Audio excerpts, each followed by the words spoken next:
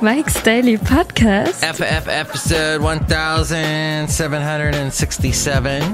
Hello, I'm Mike Matthews, broadcasting from Cafe Anyway, located somewhere in Podcastro Valley, Mont, the last place on earth.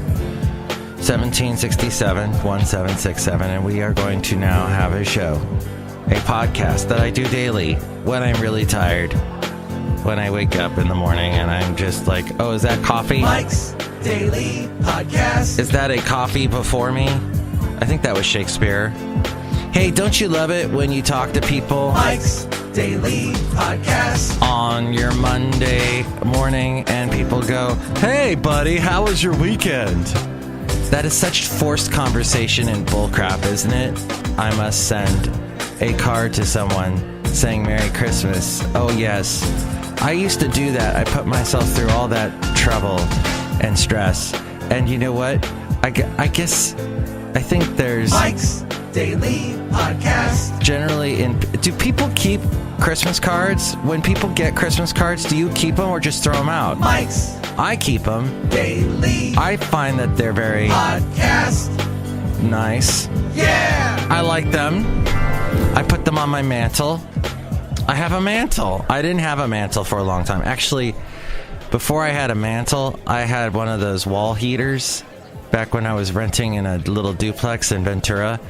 And on top of the wall heater was like this little area that kind of looked like a mantle, so I put stuff on there. But now I've got an actual mantle.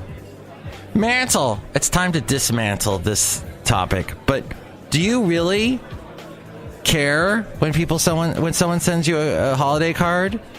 Do you go, oh, that's nice, even if they're super generic? I got one that had like 15 Bible verses in it the other day, and I thought, oh, that's nice, this person reads the Bible, that's good.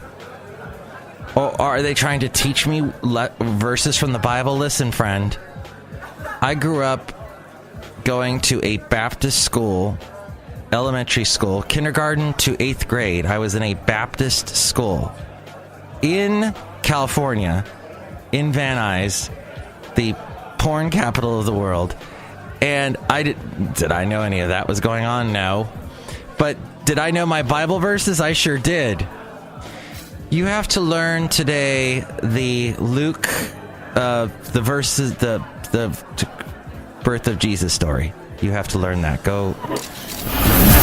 And here's today's podcast picture. And recite from memory.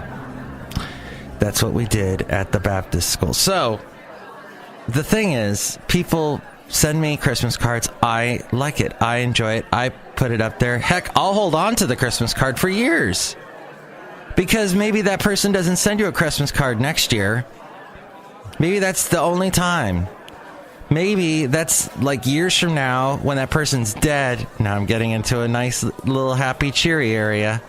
This is the happy part of the show. This is the only remembrance you have of that person. Seriously. But most of us, I think, just throw out stuff. We don't care. We just throw it out. And that's sad. Because we throw out too much. I think we throw out food that could still be used. I think we throw out memories that could still be held on to. Oh, but Mike, the Bible says don't hold on to things. Don't be materialistic. You gotta just throw away everything. No. I don't think that's what it meant. I think the Bible made us and told us that something that actually goes against what a lot of Christians believe, and that is, or deep down believe, but we shouldn't hold on to so much of the treasures. That we put treasures of the world way above the spiritual. Okay, I think I'll stop right there before I turn into Pastor Mike. But that was, at any rate, that's what we should hold on to memories. And, you know, okay, so let's say you threw out everything. You just don't have room for it. All right, but hold on to something. Hold on to some of the more, if you can. I remember I didn't have any room for a lot of memories that I had from my childhood. And my mom was moving out of her house, and my old room had to be everything had to be taken out, and I threw out a bunch of stuff, but some of it I held on to. And I remember I had it in the back of my car. Well, it rained really bad one year, and everything got wet, and I had to throw most of it out anyway. I have the stuff that survived all of that, to me, is like the Ark of the Covenant. That's the stuff, because the Ark of the Covenant had like the really important things that meant a lot to the Jewish people and their covenant with God. And so some of this stuff that I have that survived all of that, like I think my grad night, the thing that I had to wear on grad night still survives. And good God, that's over 30 years ago. 40? I can't do math. It was in the 80s, my friend. It was a long time ago. So that, to me, is the stuff that, oh, okay, maybe I should hold on to this because it survived everything else. But in the end, it could be paradise. It could be paradise where it all gets burned down and all your memories go up in smoke. And then you just have what's in your head, in your brain. What's in your head? A zombie. No, you have, that's what, and you must carry on from that. But how's your weekend? Good God, that's the most forced conversation. I can't stand that. How's your weekend? The person asking that does not care. Does the person sending you the Christmas card care? I think so. I think they went through so much work to put the stamp on. Now, maybe your insurance agent who sent you a Christmas card, maybe all he's doing is just trying to remind you that he's there if you want to buy life insurance. But the friends that send you a Christmas card, that means a lot. And it should go on your mantle or whatever you have that's close to that. I unsubscribed recently to Living Social. I don't even know why I had Living Social. Now I know why. It was back in 2012.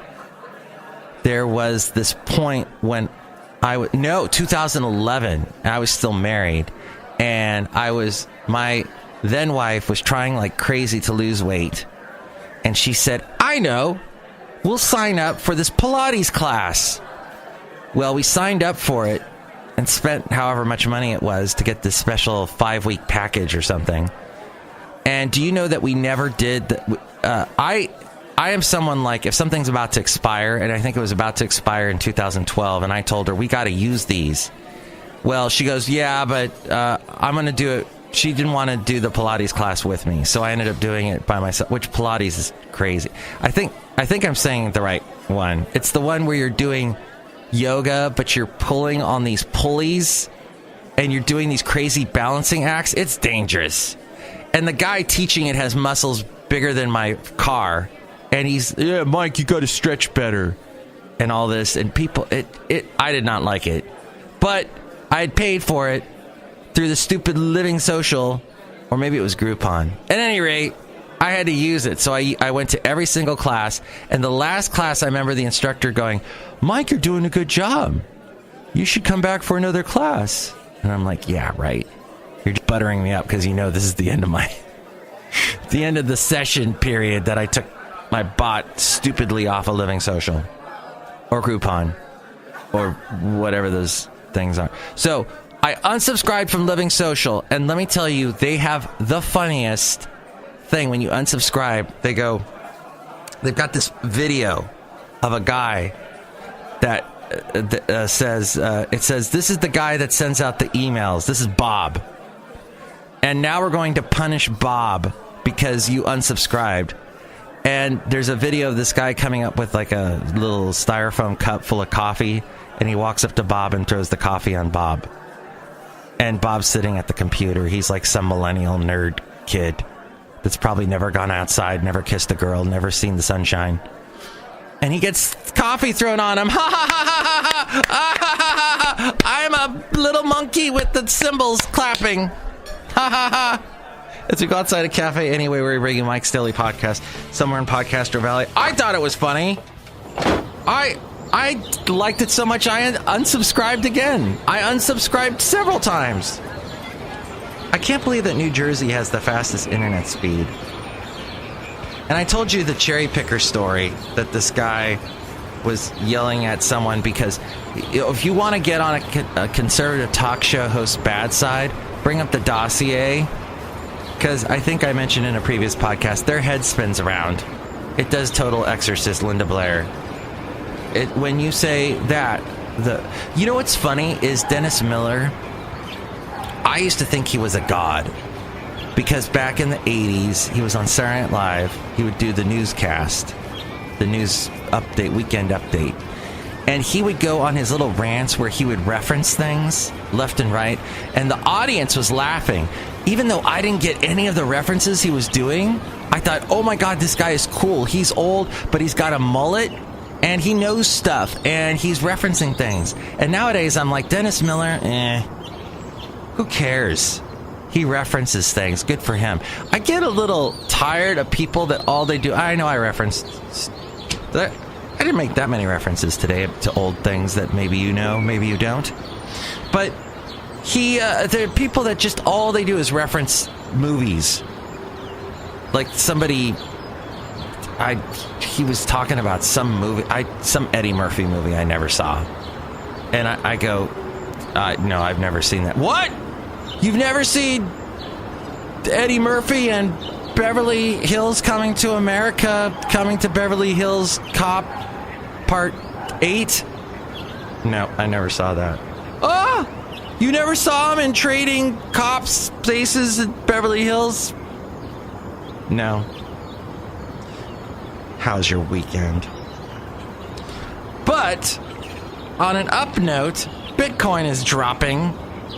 And a year ago, it hit its highest point. And all these millennials, all these computer nerds that had never seen the sun, we're going to make so much money. Ooh, I'm so rich now. I can retire. And yet, now it is nothing. Because they probably, like I would have done, because I'm a horrible investor, I would have held on to it. And it would have gone to, well, it's not nothing, but it's still gone way down. Oh, and then an idiot I work with told me the other day, when I was in the office, and he comes up to me and he goes, "Where's your car?" I go, "It's parked outside." He goes, "No, it's not." And so when someone says your car is not parked outside and you're living in the Bay Area, you gotta kind of go to the window. You gotta check it out. You gotta verify that the idiot that just told you that your car's not there is not there. So I get up, I walk over to the window, and I go, "Look, it's right there." And I'm pointing, and he goes, "Oh, okay. Thanks, idiot." And then he told me some story about how he told a guy once that his motorcycle was taken away, was towed away, and that he got yelled at by that guy. And I'm like, good. You should be yelled at. Hey, so that's the end of the show. But I hope you don't get yelled at today. I hope you have the mantle held up high of... I don't know what I'm saying here. The mantle. I hope your esteem is held up on a mantle. Look who's here right now. The person who's in the podcast picture today. Hello, Michael Mash, Mantle. I don't have a mantle. Oh, you don't? See? Okay, well, never mind. Do you have a thing that, like a windowsill? Do you have a windowsill? A windowsill is kind of nice. You can set stuff on a windowsill. Okay, whatever, Michael Matthew, whatever now. Look who else is here. Look there, Mike. This is Valentino, the parking attendant. Look who's... And this is Bison Bentley. Do you know that?